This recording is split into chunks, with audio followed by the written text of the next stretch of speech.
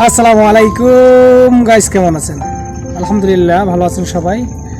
আজকে ছোট্ট একটা হাদিস বলবো। হাদিসটা হচ্ছে এটাই যে কিয়ামতের সবচেয়ে বড় আলামত হচ্ছে যে আলামতটা হচ্ছে যে ইমানদারকে প্রশ্ন করবে।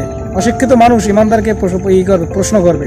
যে অশিক্ষিত সে ইমানদারকে বলবে যে আপনি এটা করলেন না কেন, এটা করলেন না কেন। এটা সবচেয়ে কিয়ামতের বড় আলামত।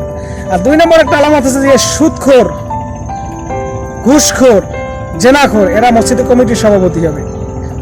এগুলো হচ্ছে কিয়ামতের সবচেয়ে বড় আলামত। ইনশাল্লাহ এগুলো চলতেছে। কিয়ামত অতি সন্নিকটে ইনশাল্লাহ। হয়তো আমরা নাও পেয়ে যেতে পারি, কিন্তু আমার পরবর্তী প্রজন্ম হয়তো পেতে পারে। বলা যাচ্ছে না কোন সময় মাহাদি আলাইহিস সালাম এই দুনিয়াতে অবতরণ করেন। তার যদি জন্মগ্রহণ হয়ে থাকে আলহামদুলিল্লাহ, আর যদি জন্মগ্রহণ যদি না হয়ে থাকে তার জন্য আলহামদুলিল্লাহ, সেটা আল্লাহই ভালো জানে। কিন্তু সবচেয়ে আলামত হচ্ছে এটা যে মূর্খ লোক ইমাম সাহেবকে প্রশ্ন করবে।